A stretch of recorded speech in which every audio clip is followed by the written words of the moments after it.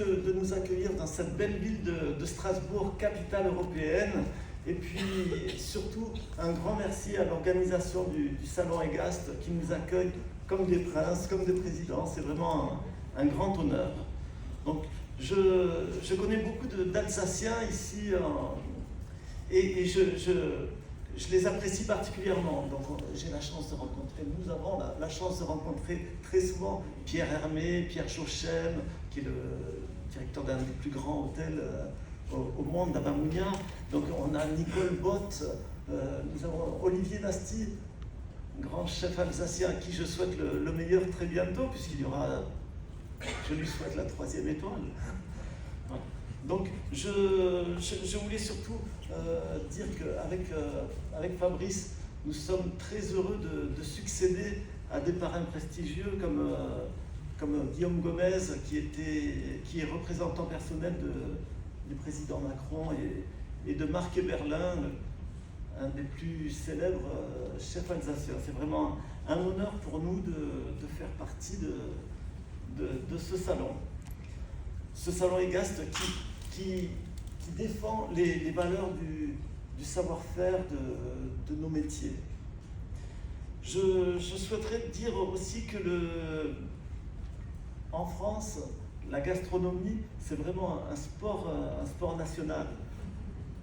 Cette année, en année olympique, donc c'est vrai que tous les Français sont assez gourmets, et je pense que c'est très bien qu'on célèbre dans un lieu aussi prestigieux la gastronomie.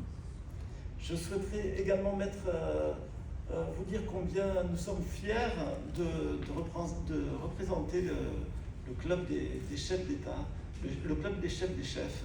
C'est un club exclusif, puisque pour en être membre, il faut impérativement que le chef soit chef d'un chef d'État ou en charge des réceptions officielles. Donc chaque année, tout au long de nos meetings, nous avons des voyages. Chaque année, nous avons un voyage annuel, donc pour découvrir la gastronomie du pays qui nous invite. Cette année, nous avions eu l'honneur et le privilège de déjeuner à la Maison Blanche. Nous étions invités par Madame Jill Biden à la Maison Blanche. Et puis, à cette occasion, on découvre la gastronomie donc, du pays qui nous invite. Une des priorités du Club des chefs, c'est également de s'impliquer dans le caritatif. Tout au long de l'année, nous menons des actions caritatives.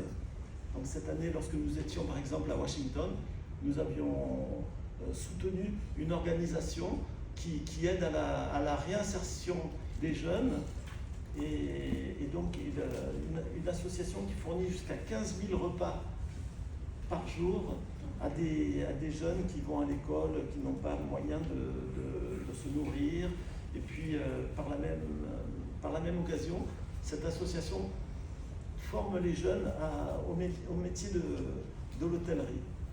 Donc voilà, parfois il nous est arrivé aussi de faire, nous avons eu l'honneur de faire un dîner pour la paix. C'était à Tel Aviv, c'était il y a quelques années. Nous avions fait un dîner avec une brigade moitié palestinienne, moitié israélienne, réunis sous le même uniforme, la veste de cuisine. Et c'était un moment de rassemblement, de partage, et tous les chefs avaient gardé un moment assez particulier. Voilà, donc tout au long de l'année, je vois que nous sommes également allés, après le tsunami en 2011, nous sommes allés à Tokyo pour faire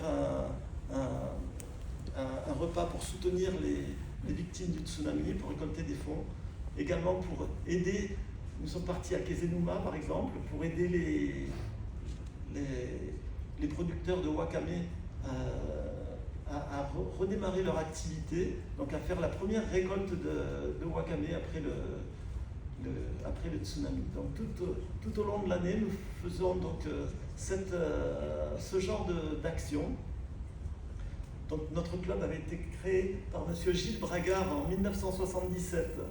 Donc je pense que la devise du club correspond très bien dans cette ville européenne. La politique divise les hommes, mais une bonne table les réunit.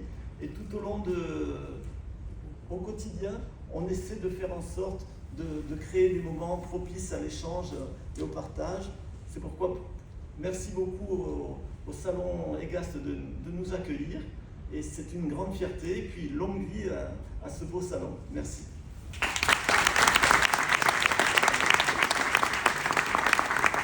Il est resté sur scène.